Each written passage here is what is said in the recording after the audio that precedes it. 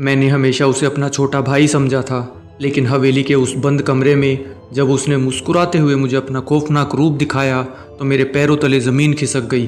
वो कोई मासूम लड़का नहीं था, वो एक ऐसा शैतान था जिसने मुझे पाने के लिए मेरी पूरी ज़िंदगी को एक शतरंज के खेल की तरह तबाह कर दिया था। दोस्तों, मेरा नाम कंचन है। यह बात तब की है जब मेरी उम्र 22 साल थी। मेरे पापा के एक बहुत ही करीबी दोस्त का सड़क हादसे में निधन हो गया था। उनका एक ही बेटा था, हार्दिक, जिसकी उम्र उस वक्त 18 साल थी। हार्दिक का इस दुनिया में कोई नहीं बचा था, इसलिए मेरे पापा उसे अपने साथ शहर ले आए। हार्दिक के नाम उसके पिता की बहुत सारी ज़मीन और जायदाद थी, लेकिन वो उस वक्त पूरी तरह टूट चुका था। मैं उसे एक छोटे भाई की तरह मानती थी। जब वो अपने माँ बाप को याद करके रोता तो मैं उसे गले लगाकर चुप कराती।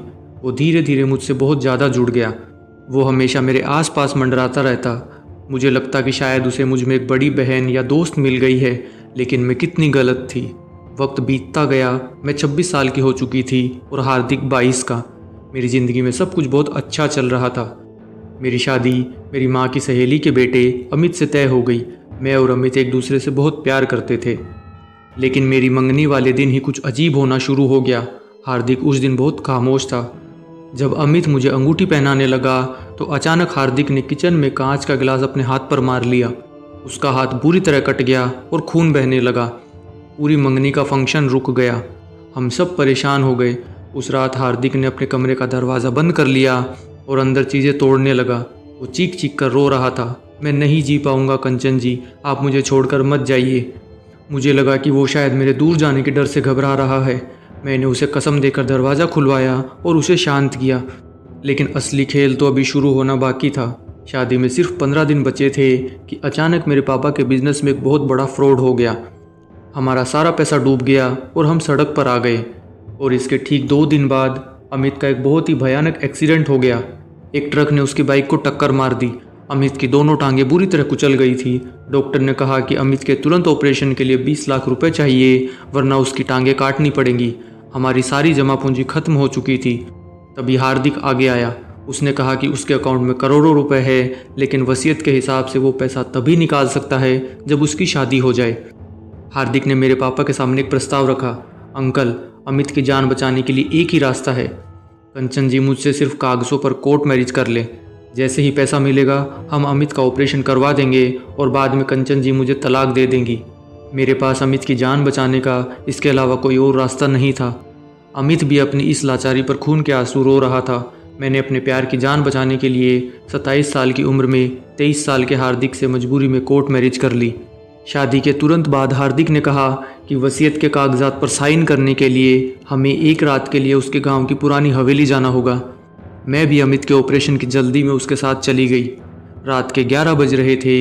मैं हवेली के एक बड़े से कमरे में बैठी थी। तभी हार्दिक अंदर आया। उसने कमरे का भारी दरवाज़ा बंद किया और चाबी अपनी जेब में रख ली। उसकी आंखों में आज वो मासूमियत नहीं थी। उसका चेहरा एक अजीब से खुमार में डूबा हुआ था। वो धीरे धीरे चलते हुए मेरे बिल्कुल करीब आ गया। उसकी नज़रें मेरे जिस्म को ऐसे टटोल रही थी जैसे कोई शिकारी अपने शिकार को देख रहा हो। उसने अचानक मेरा हाथ पकड़ा और मुझे झटके से अपनी तरफ खींच लिया। मैं सीधा उसके सीने से जा टकराई। ये क्या बदतमीजी है हार्दिक? मैंने घबराते हुए पूछा, लेकिन उसने मेरी कमर को अपने मजबूत हाथों से कस लिया। उसकी सांसें मेरी गर्दन से टकरा रही थी। उसने अपने होठों को मेरे कानों के पास ले जाकर बहुत ही नशीली आवाज़ में फुसफुसाया, बदतमीजी? एक पति अपने पत्नी के इतने करीब आ जाए तो वो बदतमीजी कैसे हो गई कंचन? मेरे पैरों तले ज़मीन खिसक गई। मैंने कहा, तुम पागल हो गए हो। सुबह हमें अमित के ऑपरेशन के लिए वापस जाना है। मेरी बात सुनकर वो धीमे से मुस्कुराया और अपनी उंगलियों से मेरी गर्दन को हल्के से सहलाते हुए मेरी साड़ी के पल्लू को धीरे से सरकाकर मेरे कंधे को छूते हुए बोला, कैसा ऑपरेशन? अमित का एक्सीडेंट कोई हादसा नहीं था कंचन। मैंने उस ट्रक वाले को 5 लाख रुपए दिए थे उसकी टांगे कुचलने के लिए, और तुम्हारे पापा का बिजनेस वो भी मैंने ही बर्बाद करवाया था ताकि तुम पैसों के लिए मेरे पास आ सको। मेरी सांसें गले में अटक गई। जिसे मैं बच्चा समझती थी वो मेरे जिस्म और ज़िंदगी से खेलने वाले खतरनाक इंसान था। उसने अपना चेहरा मेरे और करीब कर लिया और मुझे दीवार से लगाते हुए बोला, तुम सिर्फ मेरी हो कंचन और हमेशा मेरी ही रहोगी। तुम्हें पाने के लिए ही मैंने ये सारा जाल बिछाया था। 5 साल की तड़प है मेरी जो अब ख़त्म हुई है। अब तुम मेरी पत्नी हो कंचन और इस हवेली के बंद दरवाज़ों के पीछे अब ताउम्र सिर्फ मेरा राज चलेगा। मैं चीखना चाहती थी, भागना चाहती थी, लेकिन उसके इस खौफ और कड़वे सच के आगे मेरी हर कोशिश नाकाम हो गई। उस रात उस हवेली के सन्नाटे में मेरे आत्मसम्मान ने हमेशा के लिए दम तोड़ दिया। आज मैं इस हवेली में सिर्फ उसकी पत्नी नहीं, बल्कि उसकी वो कैद हूँ जिसे वो बेइंतहा प्यार करता है, और मैं चाह कर भी उसकी बाहों के इस सुनहरे पिंजरे से बाहर नहीं निकल सकती। तो दोस्तों, ये थी मेरी असली कहानी। अगर कहानी ने आपके रोंगटे खड़े किए हो तो वीडियो को लाइक और चैनल को सब्सक्राइब ज़रूर करें।